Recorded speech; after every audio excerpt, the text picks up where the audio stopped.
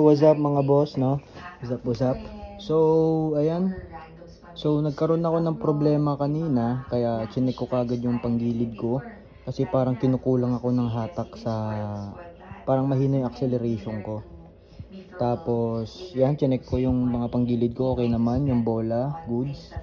Tapos, ang next kong chinek is yung spark plug ko. So, ito yung status ng spark plug ko ngayon, no?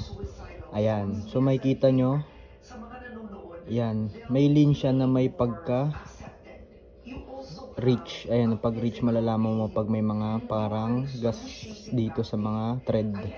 Ayan, sa washer may gas din.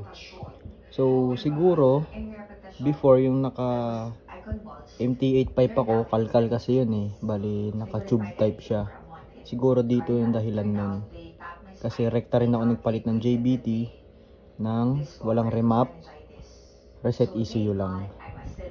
So ayan, so makikita nyo, ayan, naka JBT pipe ako, tapos naka half siya na tono dito sa baba, hindi siya naka full adjust. Ayun, so ito yung status ng spark plug natin. Ayan, kasi may tendency rin kasing sira ng spark plug nyo kapag namamatayan kayo sa mga dinasahan, stoplight, ganyan, namamatayan kayo nun, or pag traffic, yan, namamatayan kayo nun.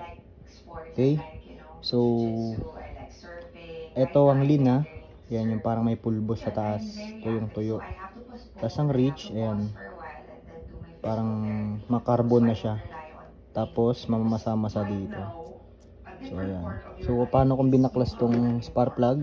Kung makikita nyo, Honda Click natin is may free na tool. Ayan, so suot nyo lang yan dito. Dito yan nakasuot. Ayan. So ayun.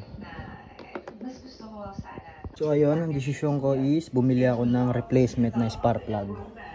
So eto siya, replacement lang siya muna. So mas maganda pag original yung bibili nyo, NGK, ganyan, mga UMA. Ayan. So ito pang samantagal lang naman habang hindi pa tayo nakapag remap. So back to stock muna tayo, stock pipe. Then kabit natin tong bago. Tapos wag muna tayo waswas mag-drive. So kapag lean, ayan, tapos waswas kayo mag-drive, ayan, maaari kayo masabugan ng makina. Ayan, masabog yan dito yung head at maraming toss gas yun, maraming magastos yun, no? Then pag reach naman, yan, makarbon deposit siya.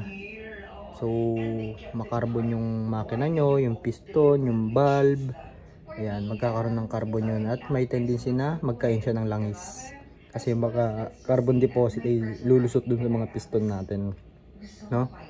So much better talaga na kapag nakapag pipe kayo, JBT o kahit ano man yan, lalo na especially sa JBT kasi malaki yung tubo ng JBT eh. Sa MT8, lahat ng pipe is kailangan talaga magparemap para ma-AFR at ma-dyno ng maayos yung fuel and air natin, mabalance siya ng maayos. So ayun, konting idea lang, and keep safe everyone. Always check yung spark plug pag may nararamdaman na something sa motor natin. Okay, peace, ride safe everyone, thanks.